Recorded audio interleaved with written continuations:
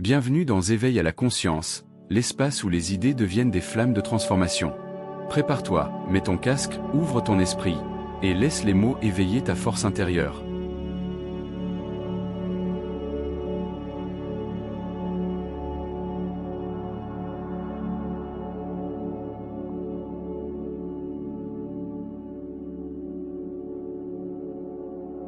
Chapitre 9. L'atterrissage sur la planète Terre. Nous n'avons fait que poser le pied sur la Lune et c'est à l'aide de vaisseaux sans équipage que nous avons sondé les planètes les plus proches. Au-delà de nos voisins relativement proches, à la fois l'espace intersidéral et l'espace interplanétaire sont encore hors de portée, même de très petits vaisseaux d'observation.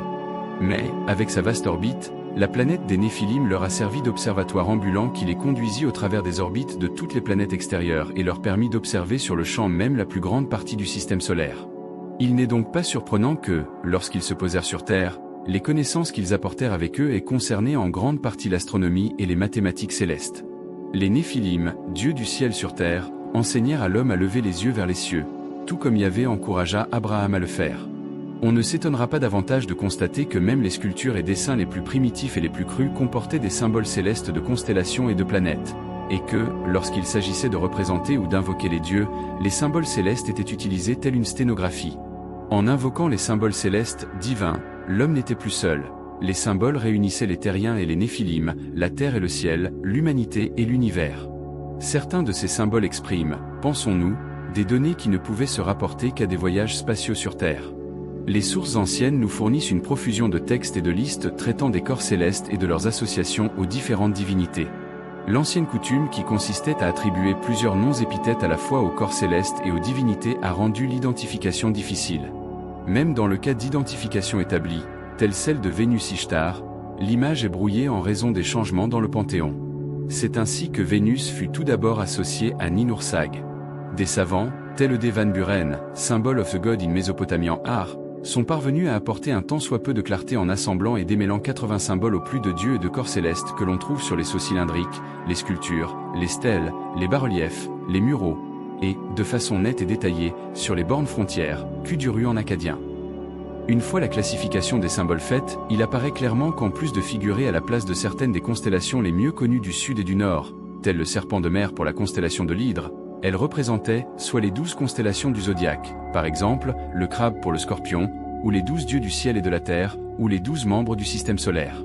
Le Kuduru établi par Mélishipak, roi de Suse, voire pierre de bornage du roi de Suse, montre les 12 symboles du zodiaque et les symboles des 12 dieux astraux. Une stèle érigée par le roi assyrien Esarhaddon montre le souverain tenant la coupe de vie en faisant face aux 12 dieux principaux du ciel et de la terre. Nous voyons 4 dieux juchés sur des animaux et on distingue nettement Ishtar sur le lion et Hadad tenant l'éclair fourchu. 4 autres dieux sont représentés par les outils de leurs attributs personnels, tel le dieu de la guerre Ninurta symbolisé par sa massue à tête de lion. Les 4 derniers dieux sont présentés sous la forme de corps célestes, le soleil, Shamash, le globe ailé, la 12e planète, la demeure d'Anu, le croissant de lune, et un symbole composé de 7 points. Quoique, plus tard, le dieu Sin fut associé à la lune, identifié par son croissant, de nombreuses preuves indiquent que, au temps d'antan, le croissant était le symbole d'une divinité âgée et barbue, un des véritables dieux d'antan de Sumer. Souvent dépeint entouré de cours d'eau, ce dieu était indéniablement Ea. Le croissant était aussi associé à la science de la mesure et du calcul dont Ea était le maître divin. Il était de rigueur que le dieu des mers et des océans, Ea, reçut, comme pendant céleste, la lune, qui provoque les marées des océans. Que signifiait le symbole des 7 points? Il est clair, grâce à de nombreux indices, qu'il s'agissait du symbole céleste dans l'île. La représentation de la porte d'Anu, le globe ailé, encadré d'Ea, Anki et dans l'île, voire porte d'Anu en annexe, les exprime par le croissant et le symbole des 7 points. Certaines des représentations les plus claires des symboles célestes que copia méticuleusement Sir Henry Rawlinson, The Cuneiform Inscription of Western Asia, donnent la position la plus importante à un groupe de 3 symboles, figurant Anu flanqué de ses 2 fils. Ceci indique que le symbole pour Enlil pouvait être soit les 7 points soit l'étoile à 7 branches. L'élément essentiel dans la représentation d'Enlil était le nombre 7, sa fille, Ninursag, était quelquefois incluse en introduisant le tranchet ombilical. Les érudits restent incapables de comprendre cette parole de Gudea, roi de Lagash, le 7 céleste est 50. Les tentatives visant à trouver des solutions arithmétiques à ce problème, des formules selon lesquelles le chiffre 50 est divisible par 7, ne sont pas parvenues à révéler le sens de sa parole. Cependant, nous voyons poindre une réponse simple. Gudea fit remarquer que le corps céleste qui est 7 signifie le Dieu qui est 50. Le Dieu en l'île dont le rang était 50 avait pour pendant céleste la planète qui était la 7e. Laquelle des planètes était celle dans l'île? Il nous suffit de nous rappeler les textes qui parlent des premiers temps où les dieux vinrent sur terre pour la première fois, où Anu resta sur la 12e planète et ses 2 fils, qui étaient descendus sur terre, avaient tiré le partage au sort. A et Aéchu la souveraineté sur la profondeur et à en l'île fut donnée pour domaine la terre. La réponse à l'énigme éclate au grand jour. La planète dans l'île était la Terre. La Terre pour les Néphilim était la 7e planète. En février 1971, les USA lancèrent un vaisseau spatial sans équipage pour une mission qui resta la plus longue accomplie à ce jour. Pendant 21 mois, il s'achemina, passant devant Mars et la ceinture des astéroïdes, vers un rendez-vous minutieusement programmé avec Jupiter. Puis, comme l'avaient pressenti les savants de la NASA, l'énorme force de gravitation de Jupiter attrapa le vaisseau et le projeta dans l'espace intersidéral. Supposant que Pioneer 10 puisse, un jour, se trouver capturé par la force de gravitation d'un autre système solaire et qu'il aille s'écraser sur une autre planète quelque part dans l'univers, les scientifiques de Pioneer 10 ont fixé une plaque gravée portant le message du dessin ci-dessous. Le message utilise une langue pictographique, des signes et des symboles guère différents de ceux de la toute première écriture pictographique de Sumer. Il vise à communiquer à toute personne trouvant la plaque que l'humanité est mâle et femelle, d'une taille exprimée par rapport à celle du vaisseau et à sa forme.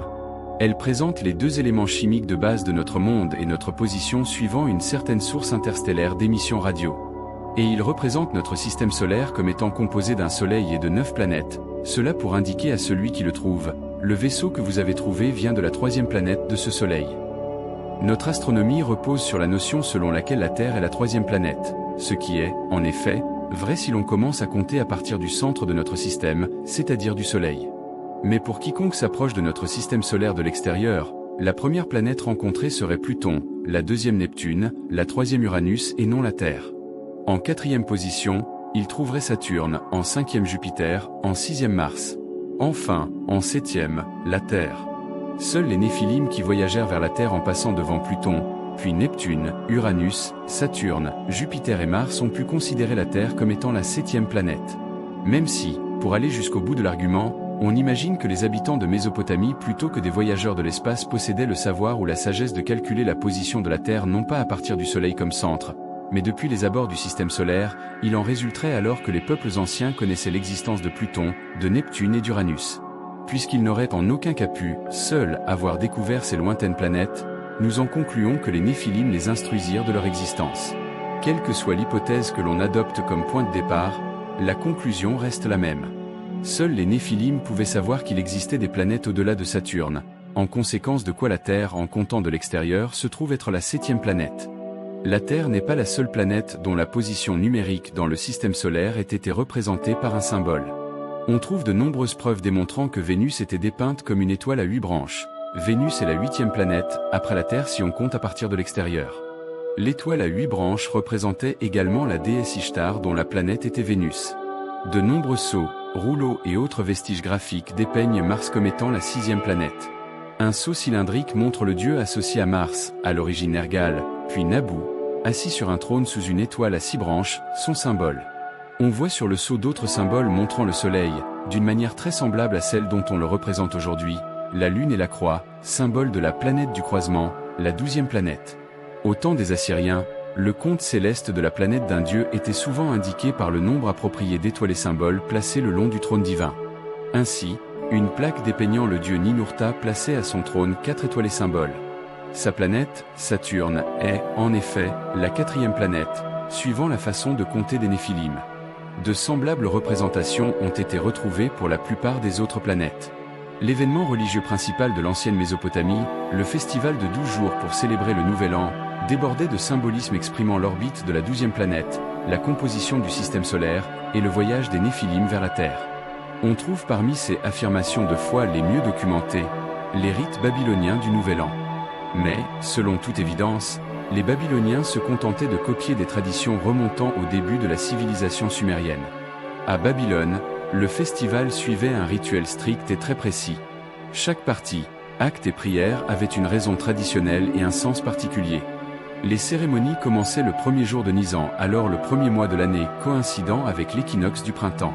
Pendant 11 jours, Les autres dieux ayant un statut céleste se joignaient à Marduk selon un ordre établi. Le 12e jour, chacun des autres dieux repartait vers sa propre demeure, et Marduk restait seul dans sa splendeur. Le parallèle avec le rôle de Marduk à l'intérieur du système planétaire, sa visite aux 11 autres membres du système solaire, et la séparation le 12e jour laissant le 12e dieu continuer, pour être le roi des dieux, mais isolé d'eux, est évident. Les cérémonies du festival du Nouvel An se déroulaient selon la course de la 12e planète. Les 4 premiers jours, s'accordant au passage de Marduk par les 4 premières planètes, Pluton, Neptune, Uranus et Saturne, étaient des jours de préparation. Au terme du 4e jour, les rituels exigeaient que l'on marquât l'apparition de la planète Iku, Jupiter, dans le champ de vision de Marduk. La céleste Marduk s'approchant de façon symbolique du lieu de la bataille céleste, le grand prêtre entamait le récit de l'épopée de la création, le récit de cette bataille céleste. Personne ne dormait cette nuit-là. Lorsqu'à accent grave l'aube du 5e jour, le récit de la bataille céleste s'achevait, les rituels exigeaient que Marduk soit proclamé 12 fois le Seigneur, affirmant ainsi que, suite à la guerre céleste, il y avait à présent 12 membres du système solaire. On récitait ensuite les noms des 12 membres du système solaire et des 12 constellations du zodiaque. Lors du 5e jour, le dieu Nabu, fils et héritier de Marduk, arrivait par bateau de son centre du culte, Borsippa. Mais il ne pénétrait dans l'enceinte du temple de Babylone que le 6e jour, car Nabu, lorsqu'il était devenu membre du panthéon babylonien des 12, s'était vu attribuer la planète Mars, la 6e planète. Nous apprenons dans le livre de la Genèse que c'est en 6 jours que furent achevés le ciel et la terre et tous leurs hôtes. Les rituels babyloniens commémorant les événements célestes qui débouchèrent sur la création de la ceinture d'astéroïdes et de la Terre étaient également achevés dans les 6 premiers jours de Nisan. Le 7e jour, le festival tournait son attention vers la Terre. Quoique les détails des rituels du 7e jour fassent cruellement défaut, H. Frankfort, Kingship and the God, pense qu'il consistait en une mise en scène, par les dieux conduits par Nabu, de la libération de Marduk des montagnes de la Terre inférieure. Étant donné la découverte de textes qui détaillent les luttes épiques entre Marduk et d'autres aspirants à la souveraineté sur Terre, nous pouvons supposer que les événements du 7e jour étaient une reconstitution de la lutte de Marduk pour la suprématie sur Terre, la 7e, celle de ses défaites initiales, et sa victoire finale avec l'usurpation des pouvoirs. Au 8e jour du festival du Nouvel An de Babylone, Marduk, vainqueur sur Terre, de même que l'Enuma Elish falsifié l'avait proclamé aux cieux, recevait les pouvoirs suprêmes. Les dieux qui les avaient accordés à Marduk s'engageaient au 9e jour, assistés des rois et de la population, dans une procession rituelle qui emmenait Marduk de sa demeure à l'intérieur de l'enceinte sacrée de la ville jusqu'à la maison d'Akitu, située quelque part à l'extérieur de la ville. Marduk et les 11 dieux visiteurs y résidaient jusqu'au 11e jour. Au 12e jour, les dieux se dispersaient vers leurs différentes demeures, et le festival s'achevait. De tous les aspects de la fête babylonienne qui mettent en évidence son origine sumérienne, l'un des plus signifiants est celui concernant la maison d'Akitu. Diverses études, telles que The Babylonian Akitu Festival de S. Apali, ont démontré que cette maison était caractéristique des cérémonies religieuses à Sumer existant déjà au 3e millénaire avenue Jésus-Christ. La cérémonie était essentiellement une procession sainte qui voyait le dieu souverain quitter sa demeure ou son temple, et aller, par plusieurs stations, à un endroit bien en dehors de la ville. Le périple se faisait à bord d'un vaisseau spécial, un bateau divin. Ensuite, le dieu ayant réussi sa mission, quelle qu'elle fût, à la maison à Point Kei.ti, revenait au quai de la ville par le même bateau divin, et reprenait son chemin de retour au temple parmi les festivités et les réjouissances du roi et de la population. Le terme sumérien à Point Kei.ti, d'où l'Akitu babylonien tirait son origine, signifiait littéralement « édification de la vie sur terre ». Ce terme associé aux différents aspects du voyage mystérieux, nous amène à conclure que cette procession symbolisait le voyage périlleux, mais néanmoins couronné de succès des Néphilim, de leur demeure à la 7e planète, la Terre. Les fouilles qui durèrent pendant quelques 20 années sur le site de l'antique Babylone, apportant une brillante corrélation aux textes de rituels babyloniens, permirent aux équipes de savants dirigées par F. Wetzel et F. H. Weisbach, d'Asoptelictum des Marduk in Babylon, de reconstruire l'enceinte sacrée de Marduk, les caractéristiques architecturales de son ziggurat et l'avenue de procession, qui fut en partie recréée au musée de l'Ancien Proche-Orient, de Berlin-Est. Les noms symboliques des 7 stations et l'épithète de Marduk à chaque station sont donnés en akkadien et en sumérien, attestant à la fois de l'antiquité et des origines sumériennes de la procession et de son symbolisme. La première station de Marduk, où son épithète était souverain des cieux, était nommée Maison de la Sainteté en akkadien et Maison des eaux brillantes en sumérien. L'épithète du dieu à la 2e station est illisible. La station elle-même était nommée où le champ se sépare. Le nom partiellement mutilé de la 3e station commence avec les mots « lieu faisant face à la planète », et ici l'épithète du dieu se transforme en « seigneur du feu versé ». La quatrième station était appelée Lieu saint des destinées, et Marduk était nommé seigneur de la tempête des eaux d'An et de Ki. La cinquième station semble être moins turbulente. Elle était nommée la Voie, et Marduk prenait le titre de où apparaît le mot du berger. La sixième station faisait état d'une navigation plus calme et s'appelait le vaisseau du voyageur où l'épithète de Marduk devenait dieu de la porte désignée. La septième station était le Bitakitu, maison de l'édification de la vie sur terre. Là, Marduk prenait le titre de dieu de la maison du repos. Nous soutenons que les 7 stations de la procession de Marduk représentaient le voyage spatial des Néphilim de leur planète à la Terre, que la première station, la maison des eaux brillantes représentait leur passage par Pluton, la deuxième, où le champ se sépare, était Neptune, la troisième, Uranus, la quatrième un lieu de tempête céleste Saturne, la cinquième, où la voie s'éclaircit, où le mot du berger apparaît, était Jupiter, la sixième où le voyage se transformait en vaisseau du voyageur était Mars, et la septième station était la Terre, la fin du voyage, là où Marduk procurait la maison du repos, la maison de l'édification de la vie sur terre pour les dieux. Comment l'administration de l'aéronautique et de l'espace des Néphilim envisageait-elle le système solaire en termes du voyage spatial vers la Terre? Logiquement et en fait, ils considéraient le système divisé en 2 parties. Un des points préoccupants était, bien sûr, la zone du vol qui comportait l'espace qu'occupaient les 7 planètes s'étendant de Pluton à la Terre. Le deuxième groupe, au-delà de la zone de navigation, était composé de 4 corps célestes, la Lune, Vénus, Mercure et le Soleil. En astronomie et en généalogie divine, les 2 groupes étaient considérés comme séparés. Généalogiquement, Sin, en tant que Lune, était à la tête du groupe des 4. Shamash, en tant que Soleil, était son fils, et Ishtar, Vénus, sa fille. Hadad, c'est-à-dire Mercure, était l'oncle, le frère de Sin Lune, qui tenait toujours compagnie à son neveu Shamash Soleil, et particulièrement, à sa nièce Ishtar Vénus. En revanche, les 7 étaient groupés ensemble dans les textes ayant affaire à la fois aux dieux et aux hommes, ou événements célestes. Il y avait les 7 qui jugent, les 7 émissaires d'Anu, leur roi, et c'était en leur honneur que le numéro 7 était consacré. Il y avait 7 villes d'antan, les villes avaient 7 portes, les portes avaient 7 verrous, les bénédictions demandaient 7 années de plénitude, les malédictions de famine et de peste duraient 7 ans, les mariages divins étaient célébrés en faisant l'amour pendant 7 jours, et ainsi de suite. Pendant que les cérémonies solennelles comme celles qui accompagnaient les rares visites d'Anu et de sa conjointe sur Terre, les divinités représentant les 7 planètes recevaient certaines positions et robes cérémoniales, et les 4 étaient traités comme un groupe à part. Par exemple, la règle ancienne du protocole déclarait « Les divinités Hadad Mercure, Sin Lune, Shamash Soleil et Ishtar Vénus seront assises dans la cour jusqu'au lever du jour ». Dans les cieux, chaque groupe était tenu de rester dans sa propre zone céleste, et les Sumériens supposaient qu'il existait une barrière céleste les séparant. Un texte astromythologique important, selon à Jérémia, The Old Testament in the Light of the Ancient Nearest, traite d'un événement céleste remarquable, lorsque les 7 assaillirent la barrière céleste. Dans ce bouleversement, qui apparemment était un alignement inhabituel des 7 planètes, ils se sont fait des alliés du héros Shamash Soleil et du vaillant Hadad Mercure, cela voulant peut-être dire qu'elles exerçaient toute une force de gravitation dans la même direction. En même temps, Ishtar Vénus, cherchant une glorieuse résidence avec Anu, s'efforça de devenir reine des cieux. D'une façon ou d'une autre, Vénus cherche à changer d'emplacement pour une plus glorieuse résidence. Sin Lune en subit l'effet le plus marquant. Les 7 qui ne craignaient pas les lois, avaient violemment assiégé Sin, le donneur de lumière. Selon le texte, l'apparition de la 12e planète sauva la lune obscurcie et la fit à nouveau briller dans les cieux. Les 4 étaient situés dans une zone céleste que les Sumériens nommaient Gir.Hea, au céleste où les fusées sont perturbées, Mu.He, la perturbation du vaisseau spatial, ou Ul.He, la bande de perturbation. Ces termes énigmatiques prennent un sens lorsque nous nous rendons compte que les Néphilim considéraient les cieux du système solaire en termes d'astronautique.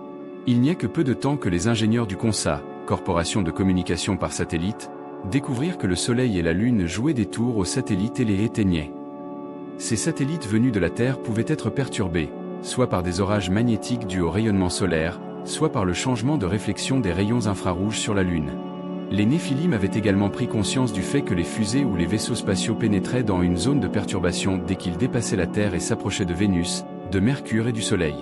Séparés des 4 par une soi-disant barrière céleste, les 7 se trouvaient dans une zone céleste pour laquelle les Sumériens utilisaient le terme UB.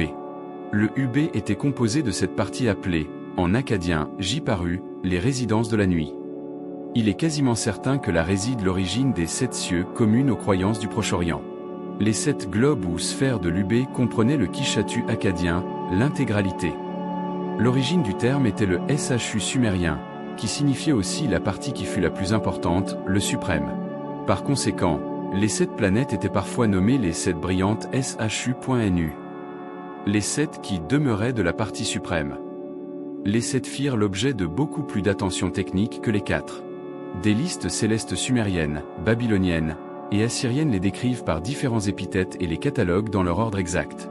De nombreux érudits supposant que les textes sumériens ne pouvaient assurément pas tenir compte des planètes au-delà de Saturne, ont eu des difficultés à identifier correctement les planètes décrites dans le texte. Mais nos conclusions nous facilitent leur identification et la compréhension de la signification de leur nom. La première planète que les Néphilim rencontraient en s'approchant du système solaire était Pluton. Les listes mésopotamiennes nomment cette planète Shu.Pa, le surveillant de Shu, la planète qui garde l'approche de la partie suprême du système solaire. Comme nous le verrons, les Néphilim ne pouvaient arriver sur Terre que si leur vaisseau était lancé de la 12e planète bien avant qu'elle ait atteint le voisinage de la Terre. Ils ont ainsi pu traverser l'orbite de Pluton, non seulement en tant qu'habitants de la 12e planète, mais aussi en astronautes dans un vaisseau spatial lancé dans sa course. Un texte astronomique affirme que la planète Shupa était celle où la divinité Enlil établit la destinée pour la Terre, où le dieu, responsable du navire spatial, traça la bonne route pour la planète Terre et la Terre de Sumer. Iru, boucle, arrivait après Shupa. Des Neptunes, le vaisseau des Néphilim commença probablement sa grande courbe ou boucle vers sa destination finale. Une autre liste nomme la planète HUM.B, à qui signifie végétation marécageuse. Lorsqu'un jour nous explorons Neptune, découvrirons-nous que son association constante aux eaux est due aux zones marécageuses que les Néphilim y virent? Uranus était appelé Kakab Shanama, planète qui est la double. Uranus est réellement la jumelle de Neptune en taille et en apparence. Une liste sumérienne l'appelle en .ti.mash.sig, planète de la brillante vie verdâtre. Uranus est-elle également une planète où la végétation marécageuse abonderait? Au-delà d'Uranus se profile Saturne, une planète géante, presque 10 fois la taille de la Terre, qui se distingue par ses anneaux qui s'étendent à une distance de plus de 2 fois son diamètre. Pourvu d'une force de gravitation extraordinaire et de mystérieux anneaux, Saturne dut poser bien des problèmes aux Néphilim et à leur vaisseau spatial. Ce qui pourrait bien expliquer pourquoi ils appelèrent la 4e planète Tr.Galu, le grand destructeur. Elle était aussi nommée Kak.Si.Di, l'arme de la vertu, et Si.Mutu, celui qui pour justice tue. Tout à travers l'ancien Proche-Orient, la planète représentait le châtieur de l'injustice. Ces noms exprimaient-ils des attitudes de peur ou bien faisaient-ils allusion à de véritables accidents de l'espace? Les rituels de l'Akitu font référence, comme nous l'avons vu, aux tempêtes des eaux entrantes et qui, au 4e jour, lorsque le vaisseau spatial se trouvait entre Anchar, Saturne et Kishar, Jupiter. Il est très possible qu'un texte sumérien très ancien, qui, depuis sa première publication en 1912, fut présumé être un ancien texte magique, fasse état de la perte d'un navire spatial et de ses 50 occupants. Il relate comment Marduk, arrivant à Eridu, se précipita vers son père et à Neptune, porteur d'une terrible nouvelle. Il a été créé comme une arme, il a foncé en avant comme la mort. Les Anunnaki qui sont 50, il a frappé. Shu.Sar, qui vole tel un oiseau, il a grièvement blessé à la poitrine. Le texte n'identifie pas ce il, quoique ce fût, qui détruisit le Shu.Sar, le chasseur suprême volant, et ses 50 astronautes. Mais la peur du danger céleste était évidente quant à ce qui était de Saturne. Les Néphilim dépassèrent Saturne et avec grand soulagement, Jupiter se présenta à leurs yeux. Ils appelèrent la 5e planète Barbaru, celle qui brille, et aussi SAG Mi.Gar, la grande où les combinaisons spatiales sont mises. Un autre nom pour Jupiter, SIB.ZI.en.NA, le guide véritable des cieux, décrit également son rôle probable dans le voyage jusqu'à la Terre. C'était le signal pour virer dans le passage difficile entre Jupiter et Mars, l'entrée dans la zone dangereuse de la ceinture des astéroïdes. D'après les épithètes, il semblerait que c'est à partir de là que les Néphilim mettaient leur MES, leur combinaison spatiale. Mars était appelé bien à propos UTU.K.GAB.A. La lumière établie à la porte des eaux, ce qui nous rappelle les descriptions sumériennes et bibliques de la ceinture des astéroïdes comme un bracelet céleste séparant les hauts supérieurs des hauts inférieurs du système solaire. Plus précisément, Mars était nommé Chélibu, celui proche du centre du système solaire. Un dessin inhabituel d'un saut rouleau suggère qu'après avoir dépassé Mars, le vaisseau spatial des Néphilim pouvait entrer en communication constante avec le centre de contrôle placé sur Terre. L'objet central de cette ancienne illustration ressemble au symbole de la 12e planète, le globe ailé. Cependant, il a une allure différente, il est plus mécanique, plus manufacturé que naturel. Elle ressemble presque exactement aux panneaux solaires dont sont pourvus les vaisseaux spatiaux américains pour convertir l'énergie du soleil en électricité. Il est impossible de se méprendre à propos de ces deux antennes. Le vaisseau circulaire avec son dessus en forme de couronne, ses ailes et ses antennes est situé dans les cieux entre Mars, l'étoile à 6 branches, la Terre, le symbole des 7 points, et la Lune. Sur Terre, un dieu tend sa main en signe de bienvenue à un astronaute toujours haut dans le ciel, près de Mars. L'astronaute est montré avec un casque à visière et un plastron. La partie inférieure de sa combinaison ressemble à celle d'un homme-poisson. Une exigence peut être dictée par l'éventualité d'un amérissage forcé dans l'océan. Dans une main, il tient un instrument, de l'autre il répond au signe de bienvenue sur Terre. Et enfin on trouve, poursuivant tranquillement son chemin, la Terre, la 7e planète. Dans les listes des 7 dieux célestes, elle s'appelait SHU.GI, le bon lieu du repos de SHU. Ce nom signifiait également la Terre à l'extrémité de SHU, de la partie supérieure du système solaire, la destination finale du long voyage dans l'espace. Alors que, dans l'ancien Proche-Orient, le son GI fut souvent transformé en celui plus courant de qui, terre, terre sèche, la prononciation et la syllabe GI ont résisté au temps et ont conservé à l'heure actuelle leur sens d'origine, celui des Néphilim, géographie, géométrie, géologie, etc. Dans les formes premières de l'écriture pictographique, le signe SHU.GI signifiait aussi Shibu, la 7e. Les textes astronomiques nous expliquent cela. Charchadi il en l'île Anakakab SHU.GI Kabi seigneur des montagnes, divinité en l'île, est identique à la planète Shuji. Outre le fait qu'ils décrivent les 7 étapes du voyage de Marduk, les noms des planètes décrivent également un vol spatial. Au terme du voyage était la 7e planète, la Terre. Nous n'avons aucune certitude sur le fait de savoir si, d'ici à un nombre incalculable d'années, quelqu'un sur une autre planète trouvera et comprendra le message dessiné sur la plaque fixée sur Pioneer 10. De même, il semble futile d'espérer trouver sur Terre une plaque de même nature informant les terriens de la position et du parcours suivi en venant de la 12e planète. Or, aussi extraordinaire que cela puisse paraître, un document de ce genre existe. C'est une tablette d'argile trouvée dans les ruines de la bibliothèque royale de Ninive. Comme bon nombre de tablettes, il s'agit sans doute d'une copie assyrienne d'une tablette sumérienne plus ancienne. Contrairement aux autres, c'est un disque circulaire, et quoique certains de ces signes cunéiformes soient remarquablement conservés, les quelques savants qui entreprirent de la déchiffrer finirent par la définir comme le plus énigmatique document mésopotamien. En 1912, L.W. King, alors conservateur des antiquités assyriennes et babyloniennes au British Museum, fit une reproduction minutieuse du disque qui est divisé en 8 segments. Les parties intactes portent des formes géométriques jamais vues sur un objet antique, des formes conçues et dessinées avec une grande précision. Elles comportent des flèches, des triangles, des intersections de lignes, et même une ellipse, une courbe géométrico-mathématique que l'on croyait auparavant inconnue des peuples de l'Antiquité. L'attention de la communauté scientifique se porta sur cette plaque énigmatique et inhabituelle en premier lieu suite au rapport soumis à la Société royale britannique d'astronomie, le 9 janvier 1880, par R.H. M. Bosanquet et A. H. Saïs, dans l'un des tout premiers débats sur l'astronomie babylonienne. Elle était identifiée comme étant un planisphère, la reproduction d'une surface sphérique telle sur une carte plate. Il fut aussi précisé que certains des signes cunéiformes que l'on y voyait suggèrent des mesures, qui semblent empreintes d'une signification technique. Les nombreux noms des corps célestes qui apparaissent dans les 8 segments de la plaque établissent clairement son caractère astronomique. Bosanquet et Saïs furent tout particulièrement intrigués par les 7 points d'un segment. Ils déclarèrent qu'ils auraient pu représenter les phases de la Lune si toutefois les points n'avaient pas été disposés le long d'une ligne désignant expressément l'étoile des étoiles DIL.GAN et un corps céleste appelé Apin.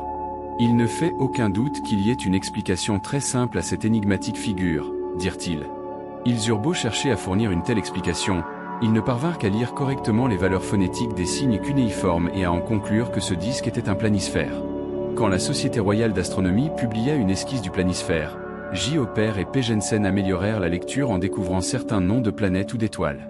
Fritz Hummel, dans un article dans un magazine allemand en 1891, dit Astronomie der Alter Chaldae, fit remarquer que chacun des 8 segments du planisphère formait un angle de 45 degrés, et qu'ainsi l'ensemble des cieux, soit 360 degrés, était présenté.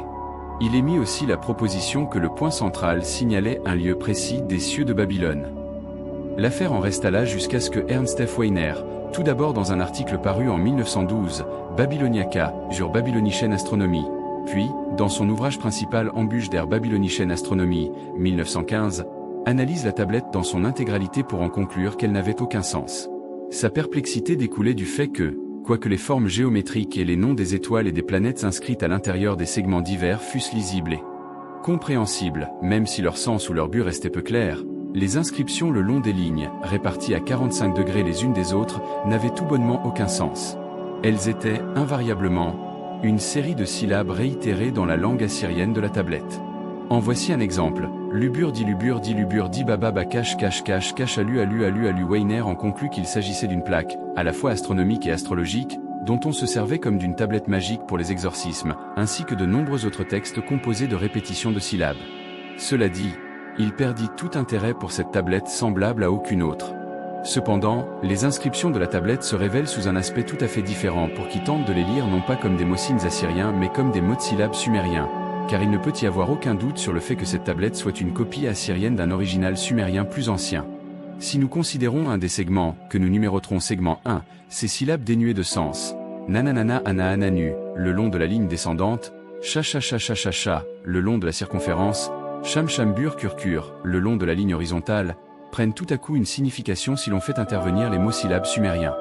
Nous découvrons alors une carte itinéraire, marquant le chemin emprunté par le dieu Enlil pour passer par les planètes, accompagnée d'instructions techniques. La ligne inclinée à 45 degrés semble indiquer la ligne de la descente d'un vaisseau d'un point qui est haut à travers des nuages de vapeur et d'une zone inférieure dépourvue de vapeur, vers le point d'horizon où se rejoignent le ciel et la terre. Dans les cieux, près de la ligne horizontale, les instructions aux astronautes sont claires. Il leur est dit de fixer le cap à l'aide de leurs instruments pour l'approche finale.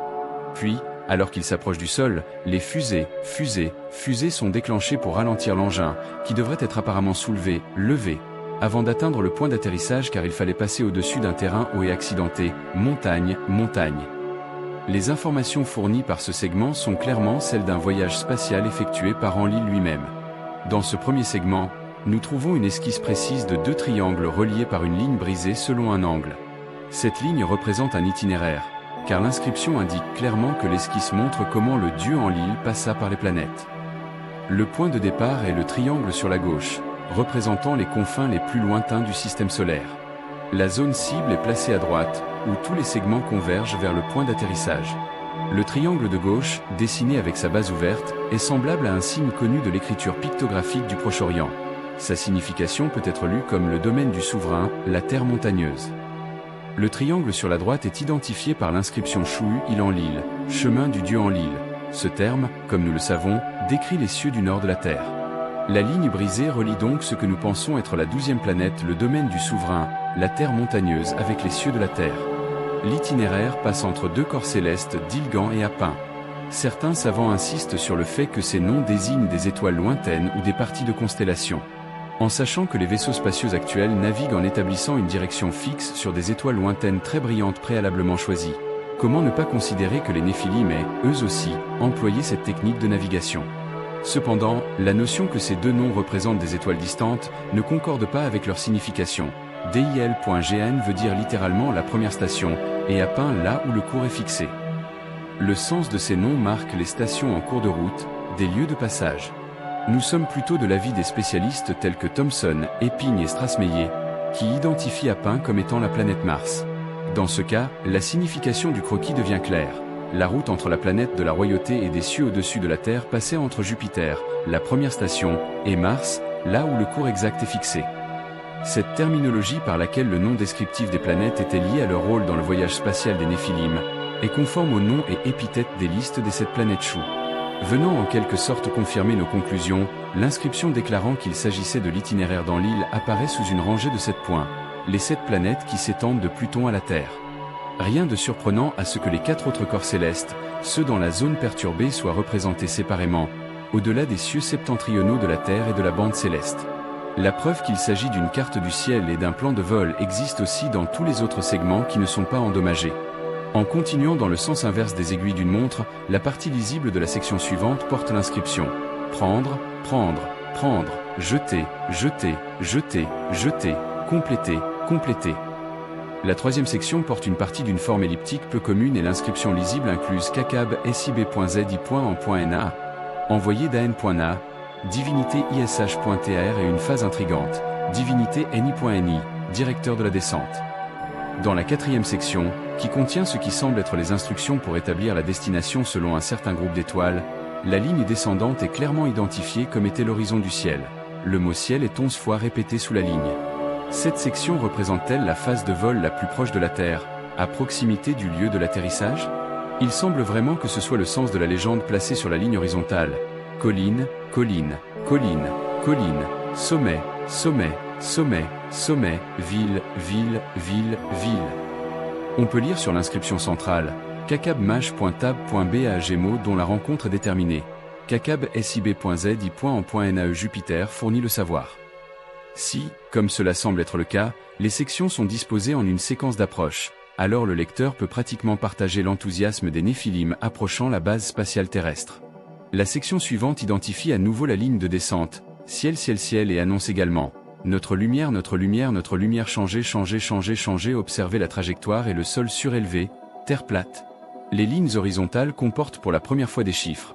Fusée, fusée, fusée s'élève, glisse 40,40,40, 40, 40, 20, 22, 22. Dans la ligne supérieure de la section suivante, il n'est plus cité « ciel, ciel ». Et, en fait, elle donne le commandement de bande, bande, 100, 100, 100, 100, 100, 100, 100. On peut, dans cette section très endommagée, percevoir un tracé le long d'une des lignes, il est écrit « H-sur » qui peut signifier celui qui voit ou voir. La septième section est trop endommagée pour ajouter quoi que ce soit à notre étude. Les quelques syllabes visibles signifient éloigner, éloigner, vu, vu et les mots d'ordre sont descendre. Cependant, le huitième et dernier segment est pratiquement complet. Des lignes de direction, des flèches et des inscriptions marquent une route entre deux planètes. Des instructions pour recharger, montagne, montagne, montrent 4 ensembles de croix, dont 2 accompagnés de carburant, eau, grain et les 2 autres par vapeur, eau, grain. Cette section traite-t-elle des préparatifs nécessaires au vol vers la Terre, ou mentionne-t-elle l'approvisionnement pour le vol du retour vers la 12e planète? Cette dernière supposition peut être la bonne car la ligne avec sa flèche pointue dirigée vers le site d'atterrissage sur Terre comporte, à son autre extrémité, une autre flèche dirigée dans le sens opposé et portant la légende retour. Lorsqu'Ea se débrouilla pour que l'émissaire d'Anu fît prendre à Adapa la voie des cieux, Anu découvrit la ruse et il demanda à savoir pourquoi Ea, à un humain sans valeur dévoila-t-il le plan ciel-terre, le rendant distingué faisant pour lui un schème? Dans le planisphère céleste que nous venons de déchiffrer, nous avons, en effet, un plan de voyage, un plan ciel-terre. Les Néphilim nous ont représenté, en langue de signes et en mots, la route de leur planète à la nôtre. Des textes ayant trait aux distances célestes, qui sont restés inexplicables, prennent un sens si nous les lisons en fonction d'un voyage dans l'espace à partir de la 12e planète. Un de ces textes trouvés dans les ruines de Nippur, estimé à plus de 4000 ans, est à présent conservé dans la collection Hilprecht à l'université de Iéna. Au Neugebauer, The Exact Science in Antiquity, démontra que cette tablette était sans aucun doute une copie d'une composition originale qui était plus ancienne. Elle porte des rapports de distance céleste, en premier lieu de la Lune à la Terre, et ensuite au travers de l'espace à 6 autres planètes. La deuxième partie de texte, qui semble fournir les formules mathématiques pour résoudre le problème interplanétaire, quel qu'il fût, déclare, selon certaines lectures, 408640x9 et 643 casbu dit USH mul SHU.P à Eli mul GIR sud 408640x c'était 51640 10 casbu 11 USH 6 et demi gare 2 U mul GIR tab Eli mul SHU.P à sud. Les savants n'ont jamais été entièrement d'accord entre eux sur la lecture correcte des unités de mesure de cette partie du texte. Une nouvelle lecture nous a été proposée par le Dr J. Ulsner, conservateur de la collection Hilprecht à Iéna. Il est clair, cependant, que la deuxième partie du texte mesure des distances à partir de SHU.P à Pluton. Seuls les Néphilim, traversant les orbites planétaires, auraient pu établir ces formules, il n'y avait qu'eux qui avaient besoin de telles données. En sachant que leur propre planète et leur objectif, la Terre, étaient tous deux en mouvement continuel, les Néphilim devaient diriger leur vaisseau, non pas où se trouvait la Terre lors du lancement, mais où elle se trouverait à l'heure de l'arrivée. On peut présumer à coup sûr que les Néphilim calculèrent leur trajectoire d'une manière très semblable à celle des scientifiques qui préparent, aujourd'hui, les missions pour la Lune ou pour d'autres planètes. Le vaisseau des Néphilim était probablement lancé dans la direction de la propre orbite de la 12e planète, mais bien avant son voisinage avec la Terre. À partir de cela, ainsi que d'une myriade d'autres facteurs, Une alternative de trajectoire pour ce vaisseau spatial nous a été programmée par Amnon Sitchin, docteur en aéronautique et en ingénierie. La première trajectoire exigerait le lancement du vaisseau spatial à partir de la 12e planète avant que celle-ci ait atteint son apogée, le point le plus éloigné. Avec peu de besoins énergétiques, le vaisseau ne changerait pas vraiment de trajectoire mais simplement ralentirait sa course. Pendant que la 12e planète, elle aussi, un véhicule spatial gigantesque, continuerait son immense orbite elliptique, le vaisseau spatial suivrait une trajectoire elliptique plus courte et atteindrait la Terre bien avant la 12e planète. Ce choix de l'alternative offrait aux Néphilim à la fois des avantages et des désavantages. La période de 3600 années terrestres, qui est en rapport avec la durée des fonctions et autres activités des Néphilim sur Terre, fait penser qu'ils auraient pu préférer la deuxième possibilité de l'alternative, celle d'un voyage court et d'un séjour dans les cieux de la Terre coïncidant avec l'arrivée de la 12e planète. Ce choix aurait nécessité le lancement du vaisseau spatial, C, lorsque la 12e planète était à peu près à mi-chemin de sa trajectoire de retour de l'apogée. La vitesse de la planète s'accroissant rapidement, le vaisseau spatial aurait eu besoin de moteurs très puissants pour dépasser sa propre planète et atteindre la Terre, D, quelques années terrestres avant la 12e planète. En se fondant sur des données techniques complexes, ainsi que sur les allusions trouvées dans les textes mésopotamiens, il semblerait que les Néphilim aient suivi pour leur mission sur Terre l'approche qu'adopta la NASA pour les missions sur la Lune. Lorsque le vaisseau spatial principal s'approcha de la planète cible, la Terre, il se plaça en orbite autour de celle-ci. Alors fut lancé à partir du vaisseau mère un plus petit vaisseau qui rejoignit la Terre et y atterrit. Aussi difficiles et précis que furent les atterrissages, les départs de la Terre ont dû être encore plus délicats. L'unité d'atterrissage devait rejoindre son vaisseau mère, qui devait alors faire démarrer ses moteurs et accélérer à des vitesses extrêmement élevées car il fallait rattraper la 12e planète qui devait être alors à son périgée entre Mars et Jupiter, soit à sa vitesse orbitale maximum. Le docteur Sitchin a calculé qu'il y avait 3 positions sur l'orbite autour de la Terre desquelles le vaisseau spatial pouvait s'élancer vers la 12e planète. Les 3 possibilités offraient aux Néphilim le choix de rattraper la 12e planète dans 1,1 à 1,6 années terrestres. Un terrain convenable, un guidage de la Terre et une coordination parfaite avec la planète mère étaient nécessaires pour assurer les arrivées, les atterrissages, les décollages et les départs de la Terre. Comme nous allons le voir, les Néphilim pouvaient satisfaire à tous ces besoins techniques.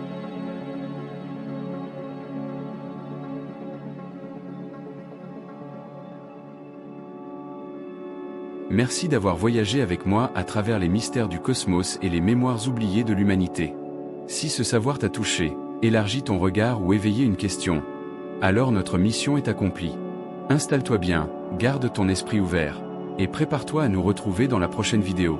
Car chaque livre est une étoile, chaque mot une vibration, et chaque rencontre une porte vers l'infini. À très bientôt dans Éveil à la conscience.